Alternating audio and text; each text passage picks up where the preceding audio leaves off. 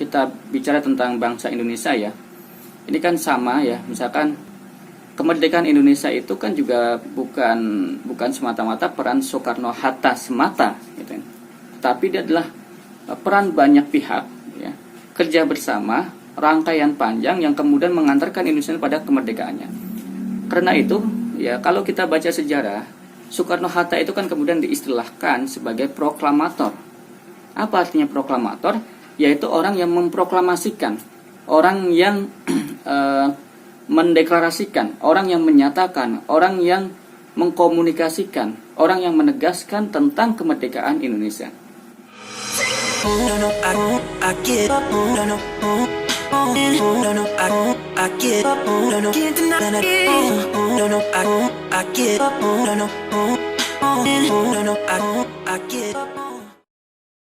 Bismillahirrahmanirrahim. Assalamualaikum warahmatullahi wabarakatuh.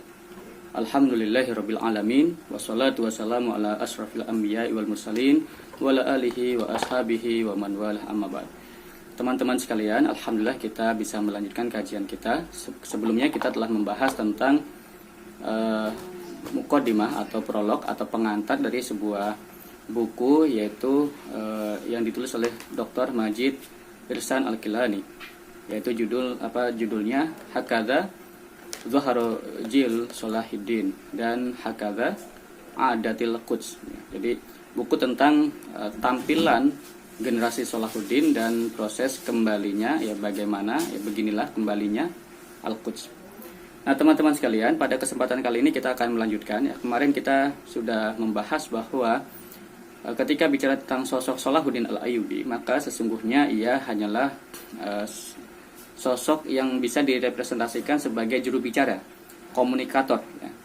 Baik itu komunikator bagi ide-ide, komunikator bagi kemauan, komunikator bagi cita-cita ya. Dalam hal ini adalah tentunya adalah kemauan untuk merebut kembali Al-Aqsa ya, cita-cita untuk mengembalikan Al-Aqsa ya, cita-cita untuk kembali pada kejayaan.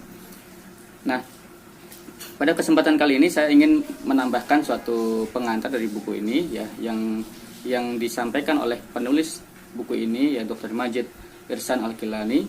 Belum menyampaikan bahwa buku ini kemudian punya nilai urgensitas ya, ketika dia membahas ya, tidak berfokus pada tokoh ya. Bahkan kemudian yang pertama, poin pertamanya dari urgensi buku ini, beliau bertanya, kenapa kita perlu untuk fokus pada tokohnya? Kenapa kita malah fokus pada tokohnya? Kenapa kita sibuk atau hanya menaruh perhatian pada tokoh-tokohnya?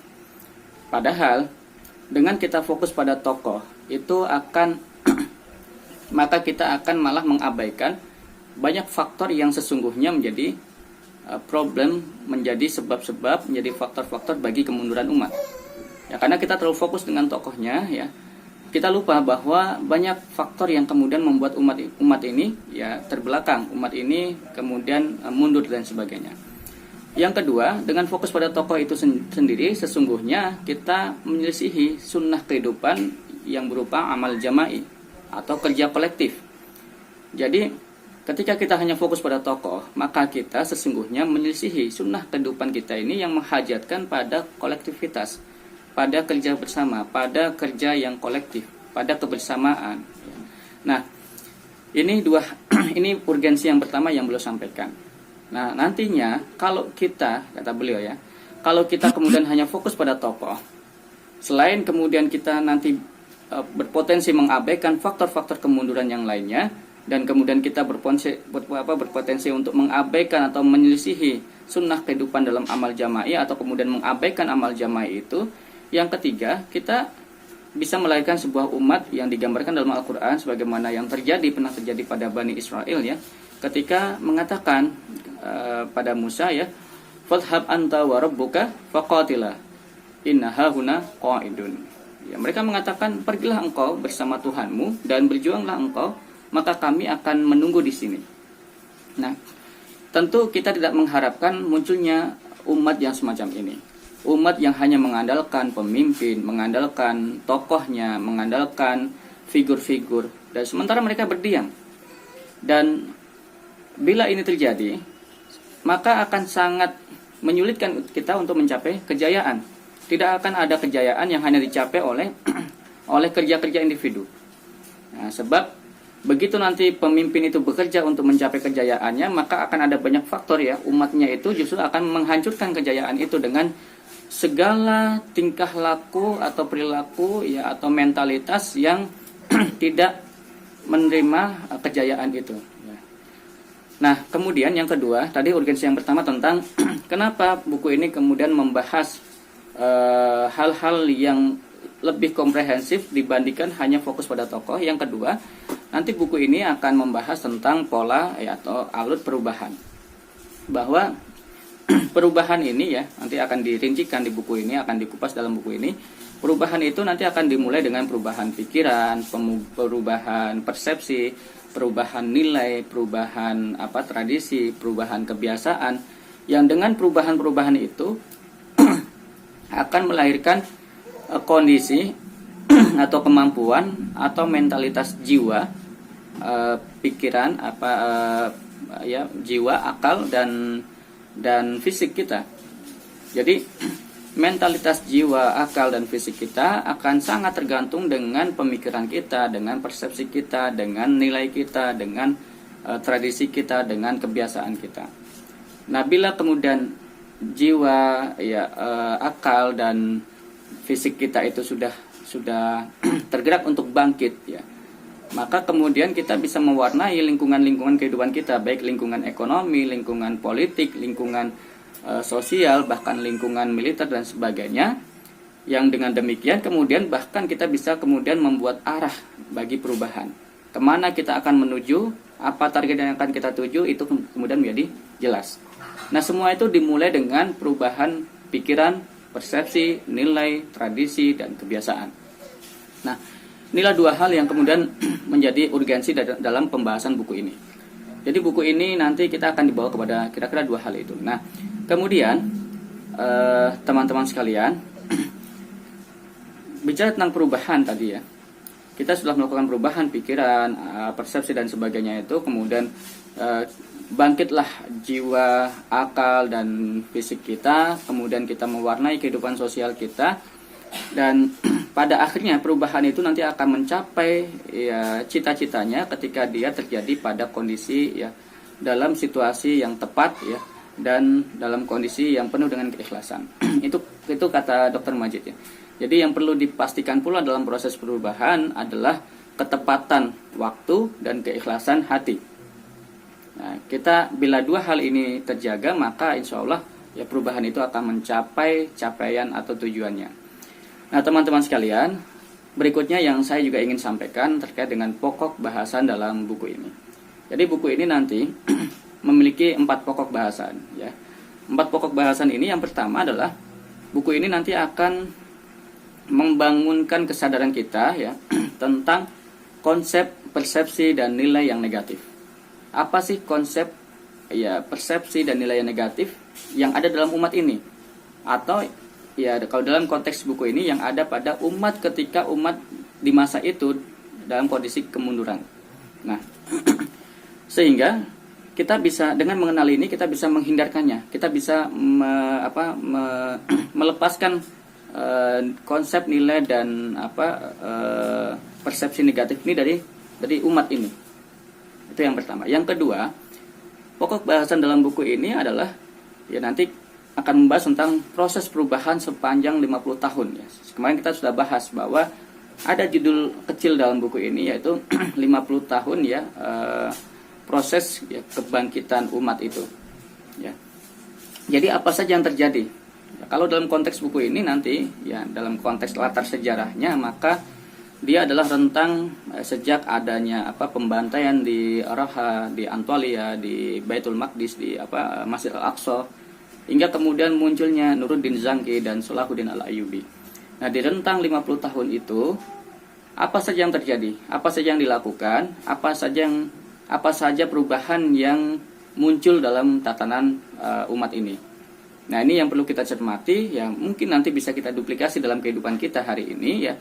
Dan tentunya ya inilah faktor inti dari perubahan itu. Nah, yang perlu kita pahami.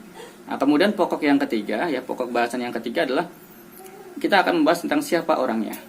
Kemudian bagaimana ya siapa orang yang melakukan perubahan ya, bagaimana proses perubahannya dan bagaimana keberhasilan perubahan itu. Jadi tadi dalam rentang 50 tahun itu siapa saja orang-orang yang kemudian turut melakukan perubahan.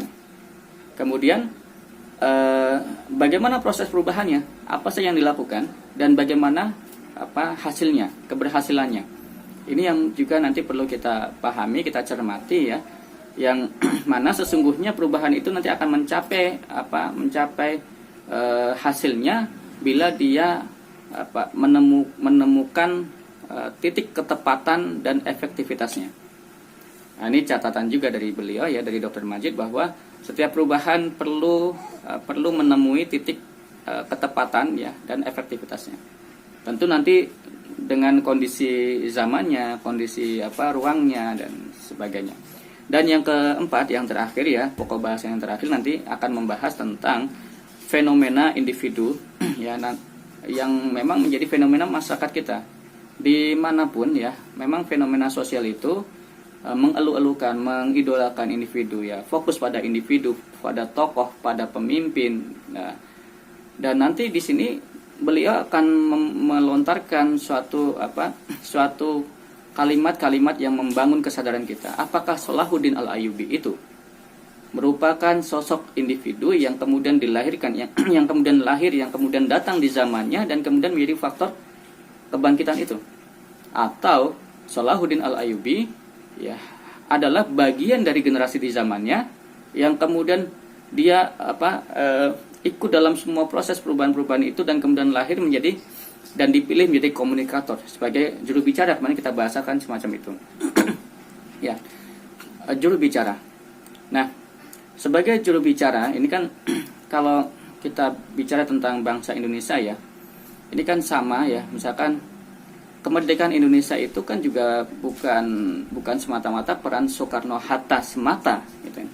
Tapi dia adalah peran banyak pihak ya, kerja bersama, rangkaian panjang yang kemudian mengantarkan Indonesia pada kemerdekaannya. Karena itu ya, kalau kita baca sejarah, Soekarno-Hatta itu kan kemudian diistilahkan sebagai proklamator. Apa artinya proklamator? Yaitu orang yang memproklamasikan, orang yang mendeklarasikan, orang yang menyatakan, orang yang mengkomunikasikan, orang yang menegaskan tentang kemerdekaan Indonesia. Nah, jadi sama seperti kita memahami Salahuddin, dia adalah juru bicara. Ya. Juru bicara bagi keinginan, bagi kemauan, bagi kehendak, bagi cita-cita. Dalam konteks kalau buku ini adalah bagi keinginan, kehendak, kemauan, cita-cita untuk mengambil kembali Masjid Al-Aqsa. Dalam konteks Indonesia ya, keinginan, kemauan, kehendak ya, cita-cita untuk mendapatkan kemerdekaan.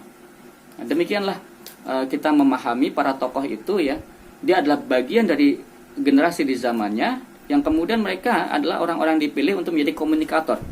Nah, tentu komunikator di sini kita maknai bukan hanya komunikator lisan, tetapi juga komunikator tindakan dan sebagainya. Nah, teman-teman sekalian, kemudian hal yang menarik juga dalam buku ini adalah ketika Dr. Majid Ihsan Al-Kilani berusaha untuk menjaga betul ketika beliau menguraikan isi buku ini tentang dua prinsip filosofi sejarah. Ya. Yang beliau sebutkan ya, prinsip yang pertama dalam filosofi sejarah itu bahwa sejarah itu selalu punya 3 pilar. Ya. Yang pertama adalah pemikiran, yang kedua adalah individu, yang ketiga adalah materi. Jadi kalau kita gambarkan 3 pilar itu semacam segitiga, nah, maka ketika semuanya berporos pada pemikiran ya, individu dan materi ini mengikut pada pemikiran, maka itulah pertanda sejarah yang hidup, yang sehat. Dia akan terus berkembang, dia akan mencapai kejayaannya, dia akan mencapai apa yang dicita-citakan. Tapi ketika berporos pada individu, pemikiran, materi berporos pada individu, maka digambarkan, kata beliau, itu adalah suatu gambaran tatanan sosial, tatanan sejarah yang sakit. Cepat atau lambat dia akan menemui kepunahannya. Kenapa? Karena individu ini punya usia tidak lebih panjang dibandingkan usia umat, tidak lebih panjang dibandingkan usia generasi. dia akan menemukan ajalnya, dia akan menemukan kematiannya. Maka kalau kita hanya bersandar pada individu, maka cepat atau lambat kita akan punah. Dan yang ketiga, kalau kita berporos pada materi, ya pemikiran individu itu berporos pada materi, maka dinyatakan oleh Dr. Majid sebagai suatu gambaran tatanan sosial, tatanan sejarah yang mati. Ya. Dia tidak akan bisa hidup. Ya, kenapa? Karena ya pergerakan kehidupan ini membutuhkan individu dan membutuhkan pemikiran. Kalau pemikiran dan individu kemudian dibekukan demi mengagung-agungkan materi, maka ya itu adalah tatanan kehidupan yang mati. Nah, semua itu sesungguhnya kalau Dr. Majid pernah menuliskan dalam kitab yang lainnya, yaitu kitab Ummatul Muslimah, ya. Di situ dibahas tentang filosofi sejarah semacam ini. Nah, yang kedua, filosofi sejarah adalah perilaku itu. Ya, filosofi perilaku itu dia adalah gabungan dari niat dan gerak. Ada niat, ada gerak. Ada keinginan, ada aksi. Nah, dan di situ ada prosesnya. Jadi ada proses, ada mata rantainya. Dimulai dari pemikiran, ya, dimulai dari pikiran, kemudian kemauan, kemudian tindakan. Nah, disinilah kita bisa memahami bahwa pikiran itu menjadi hal yang sangat esensi, ya. Bila dia tidak ada, maka tidak akan ada kemauan, tidak akan ada tindakan pula, gitu. Maka penting sekali kita memperhatikan pikiran ini, dan nanti kita dalam buku ini kita akan banyak mengupas tentang pikiran-pikiran yang tumbuh dalam tubuh umat di masa-masa itu. Apa sih yang dipikirkan oleh umat? Apa sih yang dipikirkan oleh para tokohnya? Apa sih yang dipikirkan oleh para ulamanya? Apa sih yang dipikirkan oleh para pemimpinnya? Apa sih yang dipikirkan oleh semua elemen-elemen umat pada masa itu, sehingga kemudian bisa membangkitkan suatu gerakan perubahan, ya, gerakan kebangkitan yang kemudian dapat kembali mencapai kejayaannya. Nah, ini tentu hal-hal yang menarik, dan kita akan sambung, ya, pada kesempatan berikutnya. Kita jumpa lagi pada sesi berikutnya, dan mudah-mudahan ini bermanfaat. Selamat yang menikmati. Terima kasih atas semua perhatiannya, dan sampai ketemu lagi di sesi berikutnya.